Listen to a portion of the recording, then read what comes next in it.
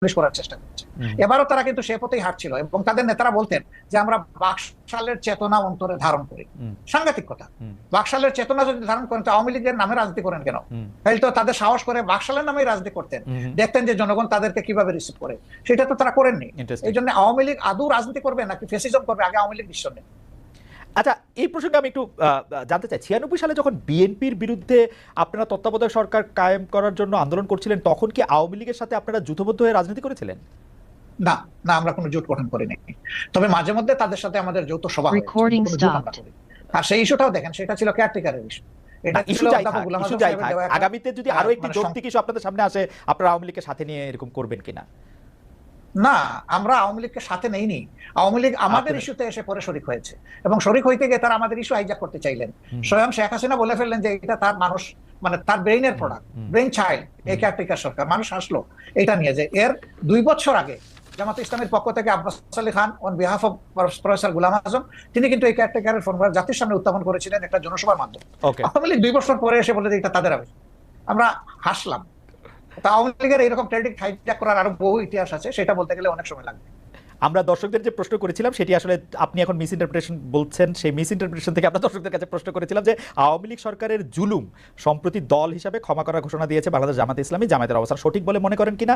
73% দর্শক মনে করছেন যে না, এটি সঠিক নয়। 27% দর্শক মনে করছেন যে। কিন্তু আপনার প্রশ্ন, আমি যদি বলি বিনয়ের সাথে যে আপনার প্রশ্নটাই তো সঠিক হয় না। সেটি তো আমরা আপনার বক্তব্যে পরিষ্কার হলাম যে আমাদের প্রশ্ন সঠিক হয় নাই। তবু যেহেতু যে প্রশ্নটি করেছিলাম আবার দেন একটু দেখি তারা কি বলে। হ্যাঁ, না ঠিক আছে, আমরা আবারও নিশ্চয়ই এটি আবার জানতে চাইবো যে আমরা আরেকটি করব যে এটি আসলে উনার বক্তব্য নয় বা উনার বক্তব্যকে একটু মোচড় দেওয়া হয়েছে, যেটি ডক্টর শফিকুর রহমান একটু না, ভালোই মোচড় দেওয়া হয়েছে। কিন্তু এটি সবাই দলবদ্ধভাবে এই মোচড়টি কেন দিল বা দিতে পারলো বলে আপনার মনে হয় ডক্টর শফিকুর রহমান? আমাদেরকে সবাই খুব ভালোবাসে, তো এই জন্য আমাদের নিয়ে কসলাইতেও ভালো হয়। আপনাদের সবাইকে ভালোবাসা, কসলাইতেও ভালোবাসা। আচ্ছা, এটি একটু জানতে চাইবো আপনার কাছে যে বৈষম্য বিরোধী ছাত্র আন্দোলন রাজনৈতিক প্ল্যাটফর্ম জাতীয় নাগরিক কমিটি গঠন করেছে। আপনি জানেন যে সমন্বয়কেরা জেলায় জেলায় মত বিনিময় সভা করছেন, তারা রাজনৈতিক দল প্রতিষ্ঠার দিকেই যাচ্ছেন বলে মনে হচ্ছে। বিএনপি এর মধ্যে বিষয়টি স্পর্শ করেছে যে তারা এটি ভালোভাবে দেখছে না। আপনাদের দল কিভাবে দেখছে? আসলে তারা এখনো বলে নাই যে তারা দল গঠন, একবার বলেছিল 2 মাসের মাঝে একটা দল গঠন করবে। পরবর্তী পর্যায়ে তাদের সমন্বয়করা আবার বলেছে যে না, এরকম কোনো সিদ্ধান্ত আমরা নেইনি। আর নাগরিক কমিটি গঠনের ব্যাপারে তারা উদ্দেশ্য বলেছে যে আমরা এটা কোনো দল নয়, কোনো রাজনীতির প্ল্যাটফর্ম নয়, বরঞ্চ সরকারকে বিভিন্ন দিক থেকে আমরা একটা প্রেসার গ্রুপ হিসেবে কাজ করব, যাতে কোনো সরকার ডাইনামিক ডিবেট হতে না পারে। তারা যদি এতটুকুতে থাকে তাইলে আমার কোনো মন্তব্য নাই। আপনি যদিও বলেছেন, কিন্তু আপনাকে পেলাম বলে প্রশ্ন করেই রাখি, বাংলাদেশের জাতীয় সঙ্গীত নিয়ে আপনার অবস্থান কি বা আপনি কি মনে করেন, কি মনে করছেন থাকা উচিত? একেবারেই স্পষ্ট। আপনার এই সময় একটা প্রশ্ন এসেছে বলে নিশ্চয়ই আপনি প্রশ্ন করছেন। আমরা সাথে সাথেই কিন্তু আমাদের পক্ষ থেকে এটা ক্লারিফাই করেছি এবং আশা করি আপনি সেটা জানেন। আচ্ছা, আপনি যদি দর্শকদের উদ্দেশ্যে আবার একটু বলে দিতেন। দর্শকদের অনেকেই প্রশ্ন করেছেন। আমরা যেটা বলেছি যে একজন সাবেক সেনা অফিসার, ঊর্ধ্বতন সেনা অফিসার, যিনি 8 বছর তিনি আয়নাগরে ছিলেন, মুসলিম ছিলেন, তিনি একটা ভার্চুয়াল কনফারেন্সে দুটো কথা বলেছেন, একটা জাতীয় সংগীতের ব্যাপারে আর একটা মুক্তিযুদ্ধে হতাহতের সংখ্যা ব্যাপারে। তো আমরা বলেছি যে এটা তার বক্তব্য, আমাদের প্রতিনিধিত্ব নয় এবং তিনি কোনো পর্যায়ে জামাতের সাথে সাংগঠনিকভাবে সম্পৃক্ত নন। তবে হ্যাঁ, তিনি আমাদের শ্রদ্ধার পাত্র এই অর্থে যে তিনি একজন মুসলিম মানুষ এবং তার জুলুমটা করা হয়েছে সম্ভবত তার পিতা জামাত ইসলামের সাবেক আমির অধ্যাপক গোলাম আজম ছিলেন, সেই কারণে। তো এটা তো আমাদের জন্য ব্যথা এবং বেদনার কারণ। এটা আমি না শুধু, এটা গোটা জাতির অনেকেই তার ব্যাপারে সমবেতি বা করে, কিন্তু আমরা এটা পরিষ্কার করেছি যে তার বক্তব্য জামাত ইসলামের বক্তব্য নয়। ডক্টর শফিকুর রহমান, 2013 সালে গণজাগরণ মঞ্চ, পরে আবার তাদের বিপরীতে হেফাজত ইসলামী মাঠে নামে শাপলা চত্বরে সরকারের পতনের আন্দোলন আওয়ামী লীগ সরকার কোনো মতে ঠেকায়। পরে আবার আওয়ামী লীগ সরকারের হেফাজতের মধ্যে এক ধরনের একটা বোঝাপড়া হয়।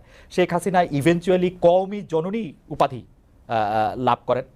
সরকারের মডেল মসজিদ নির্মাণ, কওমি সার্টিফিকেটকে এম এর সমতুল্য বলা, এগুলিকে আপনি কিভাবে দেখেছেন, কিভাবে দেখেন হেফাজতে ইসলামের সাথে বা হেফাজতে ইসলামের এই কার্যক্রমকে জামাতে ইসলামী কিভাবে দেখে? আমি তৎকালীন সরকারের আচরণকে নিষ্ঠুর রসিকতা হিসাবে দেখি, নিষ্ঠুর রসিকতা। আর কিছু কি একটু ব্যাখ্যা করবেন বা একটু বলবেন যে কেন নিষ্ঠুর রসিকতা দেখেন? সরকারের আচরণকে একদিকে যেমন তাদেরকে সার্টিফিকেটের রিকগনিশন দিয়েছেন, তাদের একজন কওমি জননী বানিয়েছেন শেখ হাসিনাকে, এটা সমস্ত কওমি অঙ্গনের লোকদের বক্তব্য না।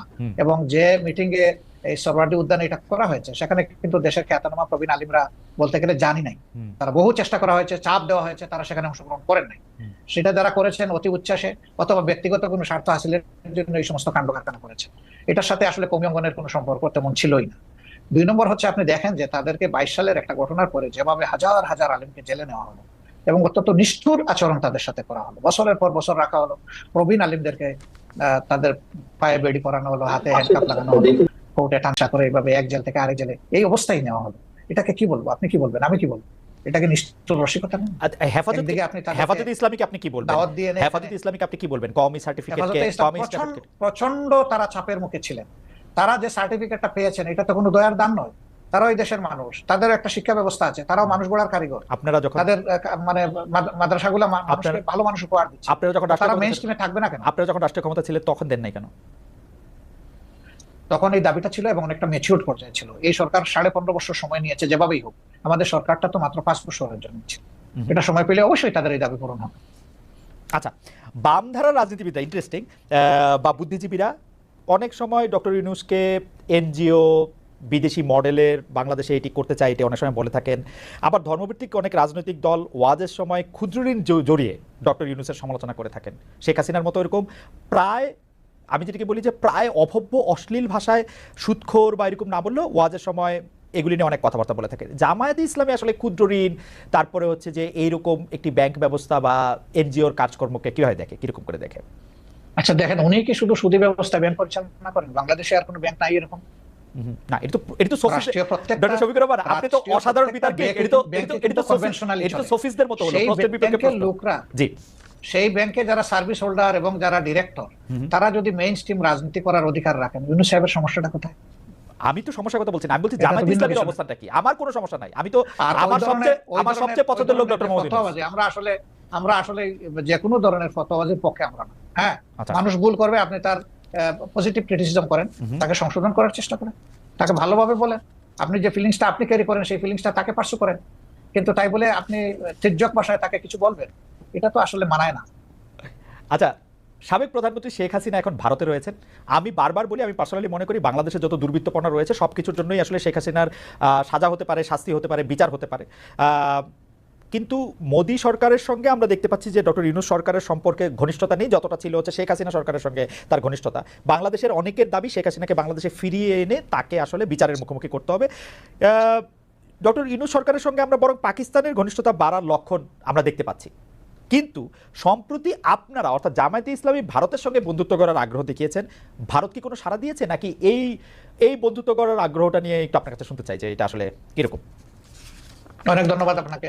বাংলাদেশের সংবিধানে আপনি আইন জঙ্গলের একজন মানুষ ছিলেন এবং আপনার ভালো করে জানা আছে, আমাদের সংবিধানে পরিষ্কার লেখা আছে যে বিশ্বের সবগুলা শান্তিকামী গণতান্ত্রিক দেশের সাথে আমাদের বন্ধুত্বপূর্ণ সম্পর্ক থাকবে। এটা শুধু ভারতকে আলাদাভাবে বলা হয়নি, কিন্তু ভারত আমাদের নিকটতম প্রতিবেশী, বৃহৎ প্রতিবেশী। আমি তাদের সাইজ সংখ্যার দিক থেকে বলছি না, আমাদের সাথে তাদের বর্ডার টা সবচেয়ে বেশি। অল্প একটু আছে মায়ানমার, বাকিটা আমাদের ব্যাপার। তো এই জায়গায় আমার প্রতিবেশী তো আমি বদলাতে পারবো না, যে কথাটা আমি সবসময় বলি। প্রতিবেশী তো আমার প্রতিবেশী থাকবে। প্রতিবেশী যদি শান্তিতে থাকে আমিও শান্তিতে থাকবো, আমি যদি অশান্তিতে পড়ে যাই আমার প্রতিবেশীও শান্তিতে থাকতে পারবে না। আমরা কেন অশান্তির দিকে যাব? উভয় প্রতিবেশী আমরা পরস্পর মিউচুয়াল রেসপেক্ট এবং ইকুয়ালিটির ভিত্তিতে যদি আমাদের কূটনীতিকে, পারস্পরিক সম্পর্ককে, দুই দেশের স্বার্থ সংশ্লিষ্ট বিষয়টাকে যদি আমরা সুবিবেচনায় নেই, এটা উভয়ের জন্য ভালো।